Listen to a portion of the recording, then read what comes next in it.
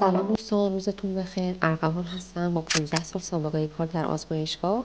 در این ویدیو میخوام در مورد منیزیم، علائم کمبود منیزیم در بدن و اینکه در چه منابع غذایی شما منیزیم دارین میتونید استفاده کنین و آزمایشی که باید انجام بدین و میزان منیزیم در بدنتون تعیین بشه باهاتون صحبت کنم. همراه من باشید. منیزیم یکی از فراوان‌ترین مواد معدنی در بدن هست و برای خیلی از فرآیندها در بدن مورد نیازه. از جمله از این فرآیندها میتونم بهتون بگم که بهبود عملکرد سیستم عصبی، تجزیه مواد غذایی به ریتم و قضیه، عملکرد عضلات از جمله عضله قلب، در تقسیم سلولی، بسیاری از آنزیم‌های بدن مورد نیازه که وظیفه برخی از اونها تبدیل مواد غذایی به انرژی در بدن.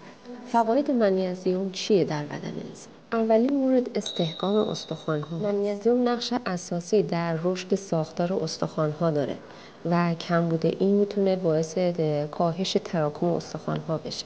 موضوع میتونه فرد رو در معرض پوکی استخوان هم حتی قرار بده. کمک به کاهش فشار خون.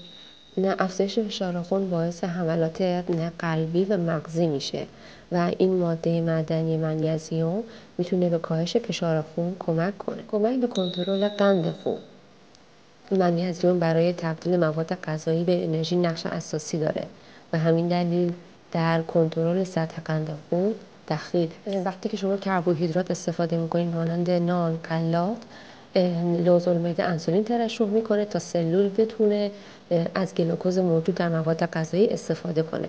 اگر منیزیم کم باشه اون سلول توانایی استفاده از انسولین رو نداره و در نتیجه انرژی از مواد غذایی به سلول انتقال داده نمیشه و دچار افت قند میشه. تنظیم ساعت بدن. حفظ یک ریتم شبانه روزی سالم مهمه و منیزیم این چرخه شب و روز رو کنترل. تحقیقات نشون داده که میزان منیزیم در سلول ها در طی 24 ساعت کم و زیاد میشه و این باعث میشه که اون چرخه شبانه روزی که سلول ها دارن رو حفظ کنه و در استراحت و خواب شما و فعالیت شما تاثیر زیاد. منابع غذایی منیزیم هم در سبزیجات بیشتر دیده میشه، در دانه ها، حبوبات، عدس، لوبیا، اسفناج، سیب زمینی، کلم‌پیچ.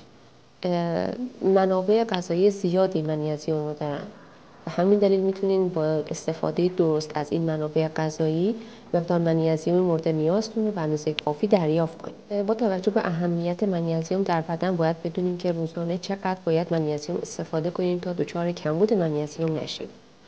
در خانم ها 270 میلی گرم در روز و در آقایان 300 میلی گرم در روز باید منیزیم استفاده بشه تا بدن دچار کمبود منیزیم.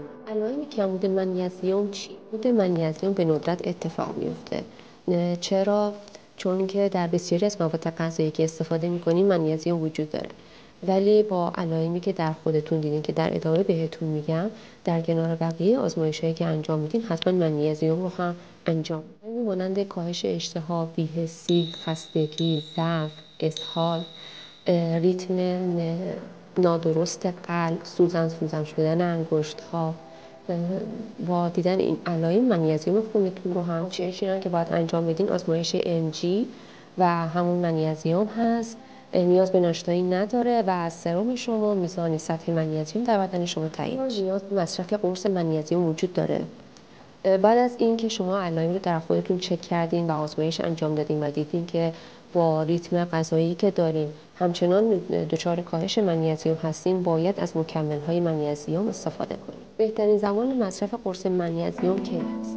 اگر که شما مشکل خواب داشتین و قرص منیزیم رو برای رفع مشکلات خواب گرفتین، 1 یا 2 ساعت قبل از خواب استفاده کنید، وگرنه قرص منیزیم رو باید همراه با وعده‌های غذایی استفاده کنید. چون قرص منیزیم یه مقدار اثر ملین داره، اگر که با معده خالی استفاده کنین امکان داره که یکم دچار مشکلات شکمی بشید. خیلی ممنون که تا انتهای ویدیو همراه من بودین و از من حمایت کردین.